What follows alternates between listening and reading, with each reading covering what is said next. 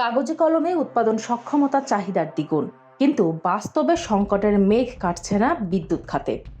মধ্যপ্রাচ্যের অস্থিরতায় জ্বালানি তেলের টানাপোড়েনে সক্ষমতা থাকলেও জ্বালানির অভাবে চাহিদা মতো বিদ্যুৎ উৎপাদন করতে পারছে না পিডিবি। ফলে গ্রীষ্মের শুরুতেই পাল্লা দিয়ে বাড়ছে লোডশেডিং।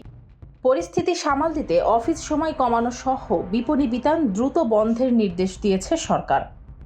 পিডিবির অভ্যন্তরীণ বিশ্লেষণ বলছে, গ্যাস সরবরাহ 800 মিলিয়ন ঘনফুটের নিচে নামলে উৎপাদন 4,500 মেগাওয়াটের নিচে নেমে যেতে পারে।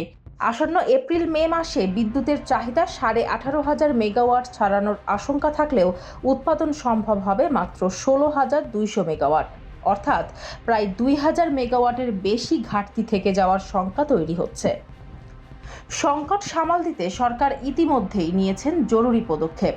সন্ধ্যা 6টার পর শপিং মল ও দোকানপাট বন্ধের পাশাপাশি সরকারি বেসরকারি অফিসের সময় 1 ঘন্টা করে কমিয়ে আনা হয়েছে। এদিকে আবহাওয়ার পূর্বাভাস বলছে, এপ্রিলে তীব্র তাপপ্রবাহে তাপমাত্রা 40 ডিগ্রি সেলসিয়াস ছুঁতে পারে। বৃষ্টি না হলে বিদ্যুতের চাহিদা আরও বেড়ে যাওয়ার আশঙ্কায় কপালের চিন্তার ভাঁজ সাধারণ মানুষের।